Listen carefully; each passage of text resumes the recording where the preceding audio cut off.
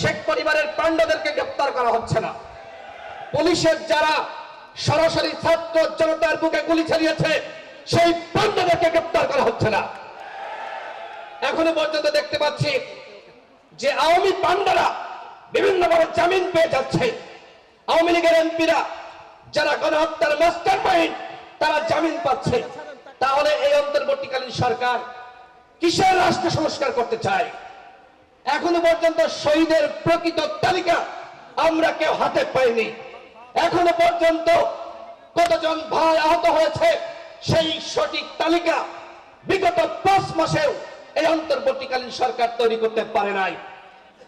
এখনো পর্যন্ত আপনারা দেখতে পাচ্ছেন জনগণ বাজারে গেলে অনেক অসহায় মানুষ, গরিব মানুষ তারা চিৎকার করছে। এখনো পর্যন্ত নিত্য পণ্যের দাম কমাতে পারে নাই। অথচ আমরা দেখতে পাচ্ছি কোন